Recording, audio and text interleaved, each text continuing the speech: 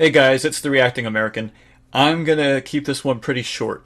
With the recent withdrawal of US troops from Afghanistan and the taking of Kabul by the Taliban, Afghanistan has basically had a complete reset back to September 1996, 25 years ago. Except this time, the Taliban have acquired loads of state-of-the-art US military equipment with the taking of Kabul. To be honest, aside from the headlines, I haven't really followed much about the situation since Kabul fell about 2 weeks ago. I don't really need to. The actions and positions of all the players involved are pretty predictable at this point, so let's just go over them real quick. So first off, the Taliban. Taliban has seized and will continue to seize as much territory, power, and material as they can, while they can. Meanwhile, they'll put a whole new generation of Afghanis under a reign of terror and allow jihadists to set up bases for attacks against the United States and other Western nations, all while acting as a semi-proxy for Pakistani direction of Afghan affairs. Any political promises or guarantees made will be flimsy at best and outright lies at worst. As far as conducting foreign policy with them, their promises will be about as useful to us as a burqa in a strip club. If you think the Taliban's going to honor any of its words not to harm the Americans that have been left there, then you're seriously naive. Now for the Biden administration. The rapid loss of Afghanistan represents either total incompetence by the Biden administration or at least a tragically pathetic misread of the situation there. Most likely, the administration will continue to be impotent in its foreign policy, the kind of impotence that led to the current chaos there. The actions the US will take in the foreign realm will be dictated much more by a concern for outward appearances than any concern for a resolution of conflict, much less the vanquishing of our enemies. In short, the US will not fight to win, but to be as politically correct as possible. At any time in the past month, the administration could have changed tactics and put the US back in a position of strength, and they didn't do that. Now, I personally ignore any talk about impeachment or resignation. Even in the extremely unlikely event that Biden would succumb to either, the overall political situation will not improve as the world would just get cackling Kamala. No. Right?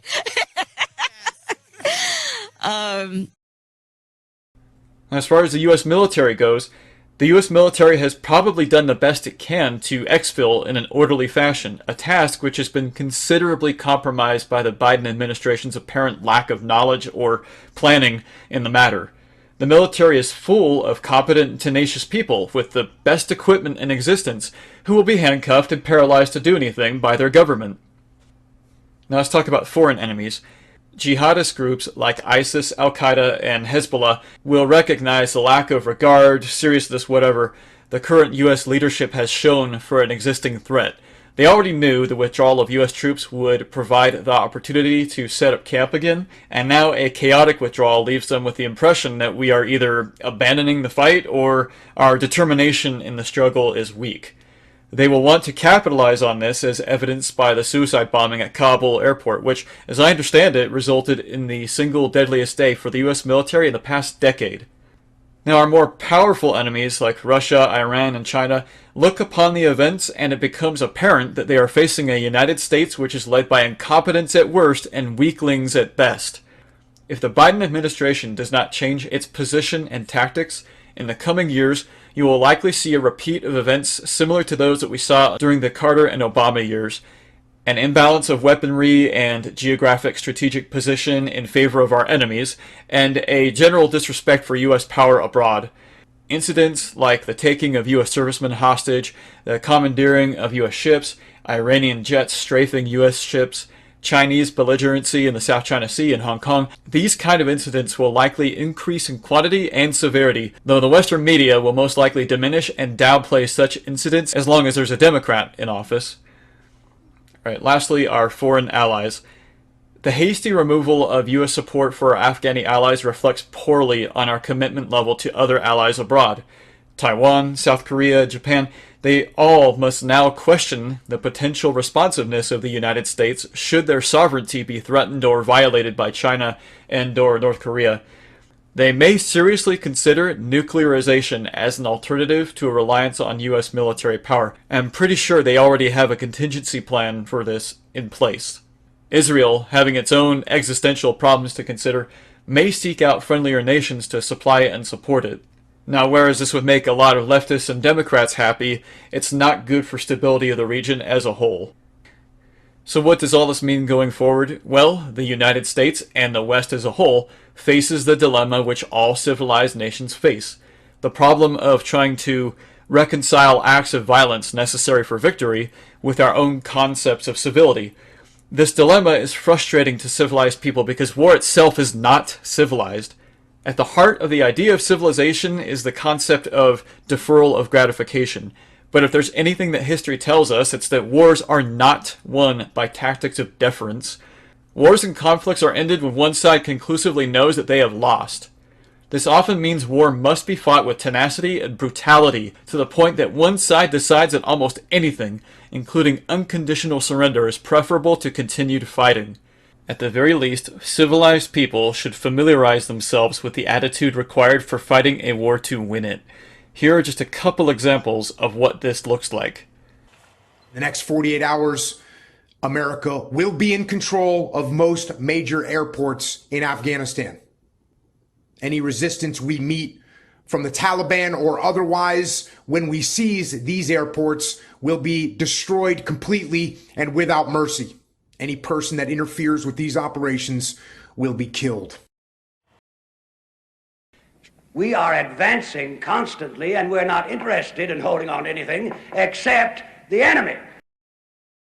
We're going to hold on to him by the nose, and we're going to kick him in the ass. We're going to kick the hell out of him all the time, and we're going to go through him like crap through a goose. Sherman's march through Georgia, the firebombing of Dresden in World War II, the bombing of Hanoi by the Nixon administration. These are the brutal tactics of total war which have brought victory in war, and there's nothing civilized about them. It's tragic and often unpalatable, but short, brutal wars that actually bring closure to conflicts are less devastating in the long run than prolonged, drawn-out conflicts where one side is more concerned about looks than they are about winning. Nixon's brutal bombing campaign of Hanoi brought closure to what had been a prolonged conflict in Vietnam, way longer than it had to be. That this was undone by U.S. politics at home does not change the fact that the tactics worked. In fact, it just proves that those who inherited the conflict from the Nixon administration did not have the political willpower to repeat this tactic, and that fact was obvious to North Vietnam. Thusly, you had South Vietnam, which suffered greatly, and ensuing wars between Vietnam and its neighbors, all because U.S. politicians at home were afraid that bombing of Hanoi would have the political appearance of reopening what had been an unpopular war, when in reality, a little bombing of Hanoi might have gone a long way towards saving a lot of South Vietnamese from decades of torture and tragedy. There comes a point where civilized nations lose the taste for fighting wars, or at least wars that are not considered to be existential. In democratic nations, wars will not be won if they are politically unpopular. Period. Now here's what bothers me. Even now, after 20 years of war in Afghanistan, and some 70 years of exhausting politically correct warfare in general, Americans talk as if there were only two options in Afghanistan. One, stay and keep conducting the war as we had, what has been dubbed, quote, endless war. Or two, withdraw and leave the Afghans to their fate. Now allow me to offer some cold-hearted, outside-the-box thinking. Not only was so-called endless war never necessary in the first place, there is a whole range of conduct between endless war and total war. We could and should have fought the war to win it.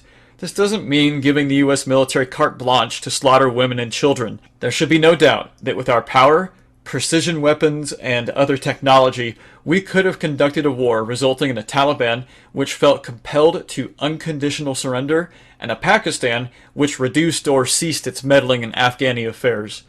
While Afghanistan would have had to accept a little collateral damage, I have to think that the loss of a little extra life to conduct a 2-year war to its closure is far superior to a 20-year war, resulting in a Taliban resurgence and further hell for another generation of Afghans. However, it's quite clear the U.S. does not have the stomach or will to conduct warfare in a way which would produce anything but that latter outcome. Sadly, the negative feedback for this decision may not be felt until the next Afghan-based terrorist group kills U.S. citizens, in which case they will be further casualties of a 20-year PC war. This brings me to point out something that might come as a surprise to a lot of Americans. Just because U.S. troops have withdrawn and the war has ended on paper does not mean the war is over. Endless war is, in reality, what we currently have, where jihadist organizations exist all over the world with the explicit purpose of killing Americans. What they call themselves, Al-Qaeda, Ansar al-Sharia, Hezbollah, ISIS, that's irrelevant. They are all jihadists who hate you. The enemy still exists. Their efforts are unabated, and now they can feel as if they have won a victory against the United States. All while Americans are mistakenly thinking, boy, I'm sure glad we got out of that endless war. Like so many other topics I cover, it would be funny if it weren't so tragic. Here are my thoughts for the future, though I'm not holding my breath on anything.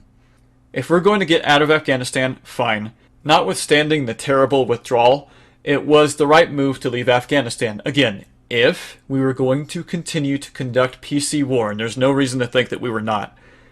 However, going forward, the United States is going to have to be aggressive about combating the establishment of terrorist groups in Afghanistan and other places abroad. The current and future administrations must be willing to get their hands dirty. Drone strikes, assassinations, bombings, kidnappings, whatever.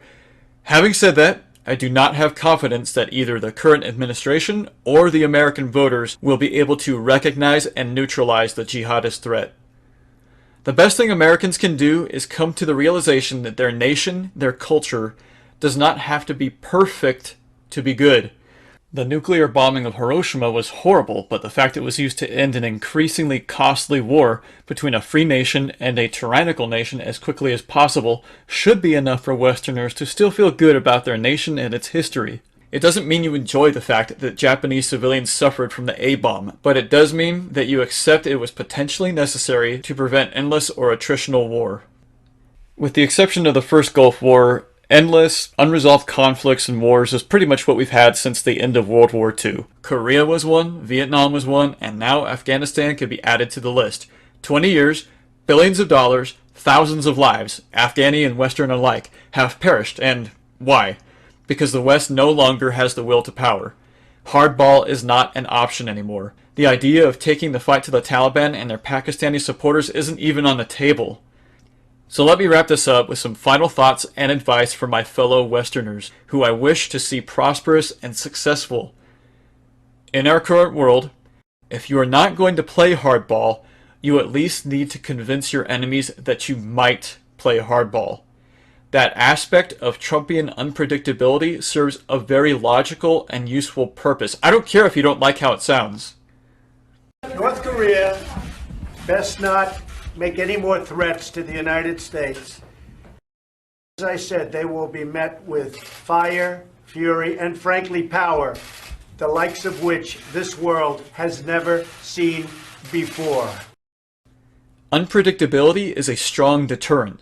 You must not allow a situation in which your enemy operates with any sense of certainty about the repercussions of their actions. You must force them to operate with a sense of fear, ideally a sense of utter trepidation about the wrath they might suffer if they should offend thee. This deterrence is what prevented the loss of American lives in the year after Donald Trump made an agreement with the Taliban. He promised the Taliban that if Americans died, he would hunt them down and kill them. The death of 13 Americans in the bombing at Kabul airport represents the loss of that deterrence, and our response with a drone strike is too little too late.